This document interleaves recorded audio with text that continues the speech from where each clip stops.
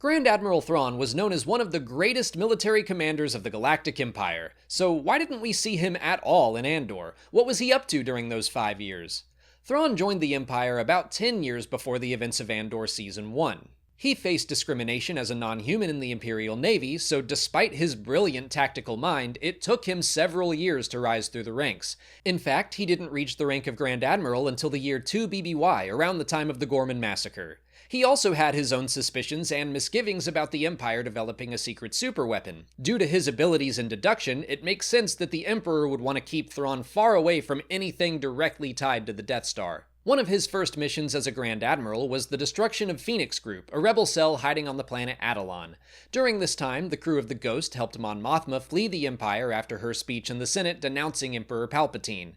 Thrawn's Star Destroyer failed to stop the rogue senator from reaching Dantooine, but shortly after, he successfully found and destroyed the rebel base on Atollon, which forced Phoenix Group to join Massassi Group at their base on Yavin 4. Thrawn was next paired up with Darth Vader on a mission to Batuu, where he and the Sith Lord learned about a mysterious invading army called the Grisk, who were from the unknown regions and were long-standing enemies of Thrawn's people, the Chiss. During his time as Grand Admiral, Thrawn also developed a new starfighter called the TIE Defender. While not as advanced as the TIE Avenger, it served a similar purpose, being more capable against the starfighters of the Rebellion. He was presumably trusted with more information about the Death Star over time, because Grand Moff Tarkin openly used the codename Project Stardust in conversations with Thrawn, as funding for the TIE Defender was diverted to the superweapon in the final year before the Battle of Yavin.